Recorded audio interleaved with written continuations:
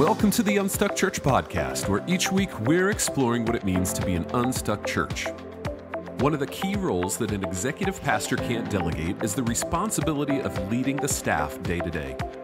And to build a high-impact team, you have to have a mindset that aggressively pursues both health and high performance in your staff.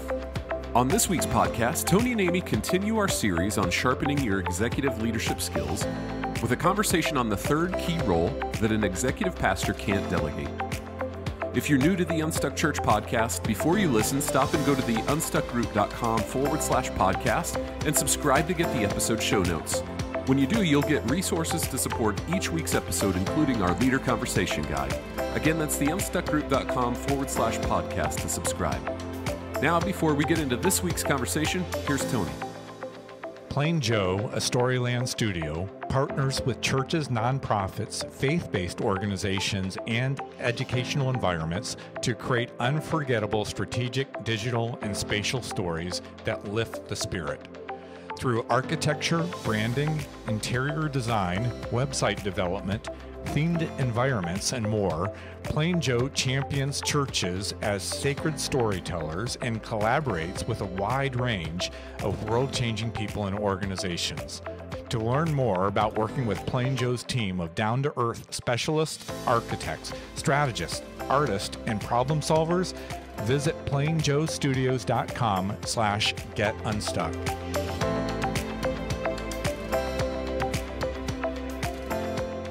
Well, welcome back to our series on sharpening your executive leadership skills. Last week, Tony, you explained that we're doing 2 episodes dedicated to the roles that an executive pastor can't delegate. And then in the next 2 episodes, we'll discuss 4 key roles a senior pastor can't delegate. And the idea here is that by the end of the series, hopefully we'll all have a better understanding of how these 2 key leadership roles should work together and complement one another. Yeah, that's right, Amy. I think we joked last week. These are the roles that senior pastors really wish their executive pastors would handle. And then, to be honest, these are the roles executive pastors really wish the senior pastors would engage. But in last week's episode, we covered the first 2 roles an executive pastor can't delegate, which are making the vision actionable and then driving core initiatives in order to free the senior pastors to focus on only the roles that they can be responsible for. In today's episode, we'll discuss the third and final role that an executive pastor can't delegate and unpack how that role plays out in their leadership. Sounds good, Tony. So let's dive right in. What's the third role that an executive pastor can't delegate? The third role that they can't delegate is that of leading a high-impact team. In other words, they own the responsibility for building and leading a staff team that embraces both health and performance. And we talked a bit about this last week and how an executive pastor needs to keep the team aligned and on mission together, but their role in leading the staff goes well beyond that. Yeah, absolutely. I know this is one area that a lot of churches and leaders find challenging because I think every team has a natural tilt to either being a really healthy team or being a really high performing team. So I think it takes a lot of intentionality to find kind of that balance. I always think of the scales of justice, that one, where one side dips as you add weights. We want to try to find as much balance in there as possible. Yeah, I think it would be a mistake to think that we need to find a leader that can naturally balance both, because this balance doesn't really come naturally to anyone. It's something we have to work at every day. And it's even harder to find the balance between them as your church and your staff grows in number. So keeping that balance gets harder and harder the larger the staff team grows. But in a lot of ways, this could be the most important role that an executive pastor does, because the future impact of your church and the fulfillment of the vision God has given you is dependent on the kind of team that you're building. And our teams are the biggest tool we have to accomplish our vision. So this is really a responsibility that we can't take lightly as executive pastors. Yeah, I work with these conversations a lot, Tony, in the staffing and structure part of our engagement. And there's some clear dangers to having a team that's out of balance. We found that by not paying attention to both health and performance, it can lead to things like low morale and really create a toxic culture. For instance, I've worked with a team, they were so well suited on the health side of things, very healthy team. but it was really to the neglect of getting stuff done, that performance side. And by health, I mean, having a healthy personal connection with God, practicing Sabbath, showing care to your teammates, bringing encouragement to one another, praying for one another. And those are all great things we want on a team. But health in and of itself is not an end. Without that counterweight of high performance, these teams are really at risk of really not making any kingdom impact. And I've seen that up close and personal with the team. And the flip side is true too. A team that puts all the emphasis on performance at the expense of team health, well, that culture, man, it feels transactional, like you're only as good as your last achievement, you kind of utilitarian.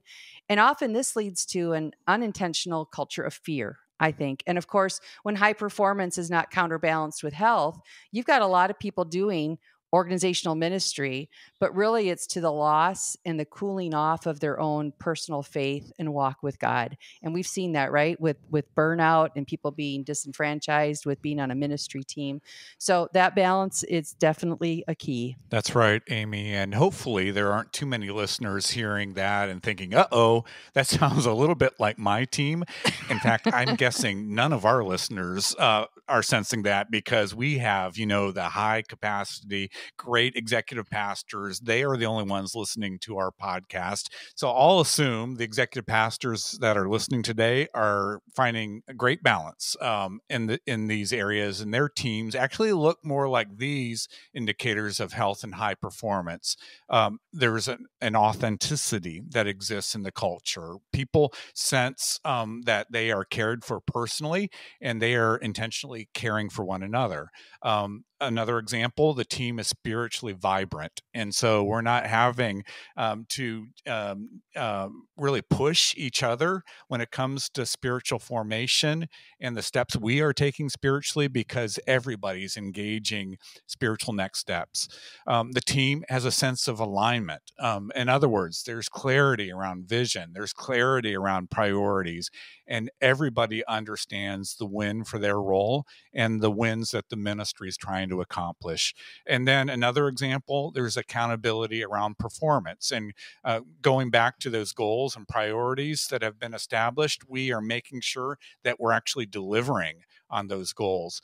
And Amy, we've worked with so many great executive pastors through the years, but I've seen examples of this even in my personal time on church staff teams, where the executive pastors really are understanding this priority of not just accomplishing a great vision, but understanding this is a long run that we're on. And in order to effectively engage the mission in the long run, we need to prioritize the overall health of the team as well. Yeah, I wish every church staff team looked like the one you just described, but then I guess we might be out of a job if that were true.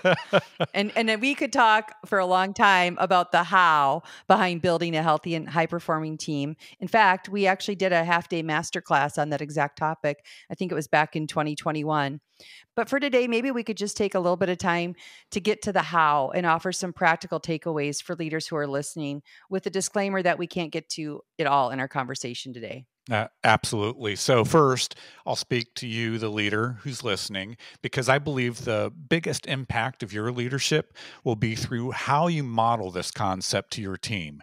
You can say you value both health and performance, but if your day-to-day life shows something different, people will catch on to that pretty quickly. So first, a few quick tips for your own increased health as a leader.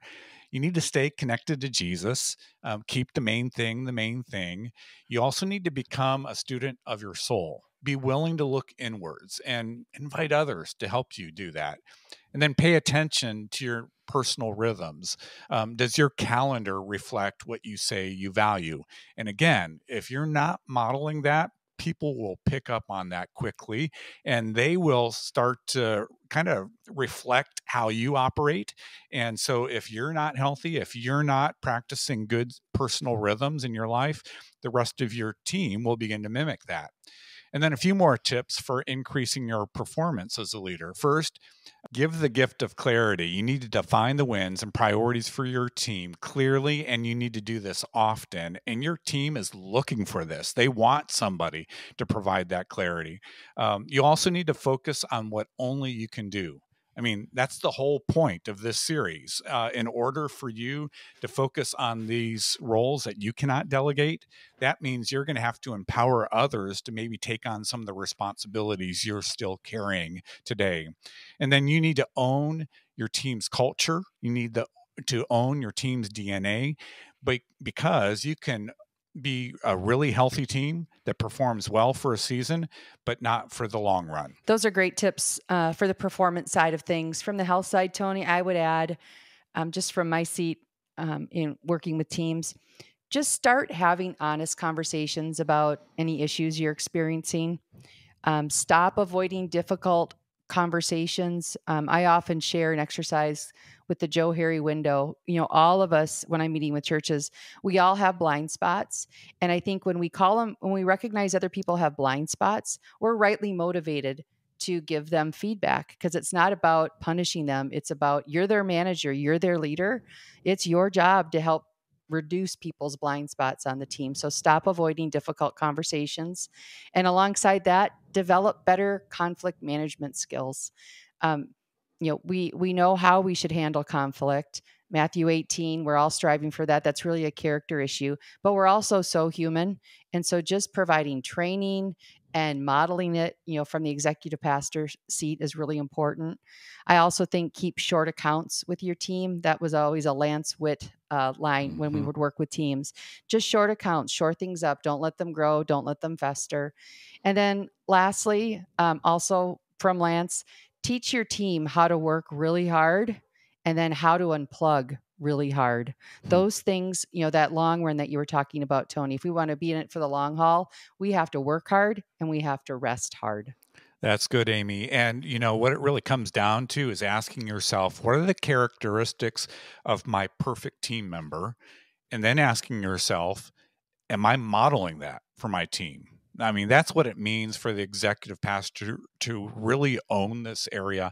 And as I'm talking about this, Amy, I'm just reflecting. We were at a gathering several months ago with several large churches, and one of those churches has gone through a lot of transition in leadership in recent months.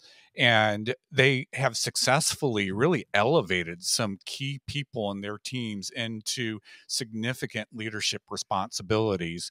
And when we kind of talked with them about how is it that you were so easily able to identify people on your team to step into expanded leadership responsibilities, what I picked up on that was they were not only defining clearly in their language, this is what healthy performance, this is what health looks like on our team. But the leaders, the senior pastor and the executive pastor, they were modeling this. And because of that, the other leaders on their team started to mimic that. They started to act like their senior pastor and their executive pastor. And then when there were opportunities for positions that needed to be filled on the team, they didn't have to look outside their organization because they had people already operating within this culture that they were trying to create around high performance and team health. They already had a number of younger leaders that were ready to step up into those leadership roles. That's a great example, Tony. So we just talked about the how behind leading a healthy and high-performing team. Now I think it could be helpful to talk a little bit about the who. Going back to the executive pastor profile we referenced last week, meaning what kind of person, Tony, and what kind of skills are needed for an executive pastor to be able to fulfill this part of their role? Yeah, that's a good question, Amy. And I think there are a few key things that come to mind. Number one, they have to have a proven track record of developing people and achieving results through others, meaning they're very results focused. I mean, they can recognize leadership potential in other people and call on that when needed. And then they have this proven ability to recruit the right people and put them in the right seat to succeed, and then to continue to develop them once they're in those roles as well. Secondly, they drive a culture of both health and high performance. And obviously that's what we're talking about today. But in terms of personality and wiring, that means they have a heart for theology and a head for business. They get the balance between running a business and leading a ministry. And because of that, they don't trample on people, but they drive behavioral values through their example. And then the third thing that comes to mind here as we're trying to define who is the right fit for this role, they have to be a leader that the staff will follow. After all, influence is evident in people's readiness to follow him or her. And they also need to have a high EQ, or a high level of emotional intelligence. And that means they can build trust by being easy to talk to and easy for people to confide in. They don't have huge mood swings or outbursts of temper. They have a reputation for making careful and informed decisions. And then they make the staff and volunteer leaders feel safe, heard, and trusted. And when someone is speaking to this leader, they're not worried about gossip or manipulation. They know that their work, and more importantly, their feelings about their work, matter to the church. And, as I'm describing this leader that the staff is willing to follow, I'm actually recalling several years ago, a senior pastor was in one of our cohorts, Amy, we were talking about the importance of this executive pastor role, and he thought, I think I know exactly the person that needs to be in this position. And I said, here's what you need to do. If you're pretty confident you know who this person is, go back to your team. And I don't recommend this all the team, but I had high confidence he was going to get the answer that he knew he needed. I said, go back to your team and ask them if you had to pick your boss, and it couldn't be me, the senior pastor, and obviously it can't be you. You can't lead yourself. Who would you pick to be your boss? And everybody on the team picked this woman who he eventually put into the executive pastor role. And it was all a reflection of the fact that she was the type of leader that other staff members wanted to follow. She was living out some of those characteristics that I mentioned a little bit ago. And because of that, she was more than ready to step into this position of influence because she already had the influence. That's a great example, Tony. And, a lot of churches come to us because they're struggling to find the right person with the right wiring to fill their executive pastor role. And these are churches who don't feel like they have the right person currently on their team. They've evaluated the team members. But if that's you, I'll give you a little hint about where to find your executive pastor. They might already be in your church, but just currently in a marketplace role. We know from our research that people who are attracted to ministry roles tend to lean more towards the health and people side of things. If you think about the ministry team you're serving on, probably a lot of those people are people. So in order to bring in that balance of driving towards performance and results, you might have to get creative about where you look. And many times these people may already be in your church, a big fan, but just using those skills in the marketplace. So just a little free consulting tip for you. All right. Well, Tony, that wraps up our conversation on the 3 roles an executive pastor can't delegate. And senior pastors, you are not off the hook because we're talking about you next week and unpacking the 4 roles that you can't delegate. So, Tony, anything else you want to add to today's conversation before we wrap up? So this week, we are actually gathering in one of our cohorts with church leaders. This current cohort is just focused on multi-site leaders, and we're going to do this again. We're this week with 9 great churches, leaders from those churches, and there was just a lot of interest in that. So we will repeat that. But related to today's topic, our listeners, I just want to give you one last reminder that we're going to be launching a brand new executive pastors cohort. And that's going to kick off this October. And this cohort starts with a 2-day gathering hosted by me and Amy, and then continues in virtual meetings for the remainder of the year. And if you're interested in joining us, you can learn more at the link in your show notes. But don't delay, spots are limited, and registration will close on August 15th. Well, thanks for joining us on this week's podcast. Like Tony mentioned, if you'd like to learn more about or register for our upcoming Executive Pastor cohort, you can do so by using the link in your show notes. And if you don't yet have the show notes, just go to theunstuckgroup.com/podcast to subscribe. Next week, we're back with another new episode in our series. Until then, have a great week.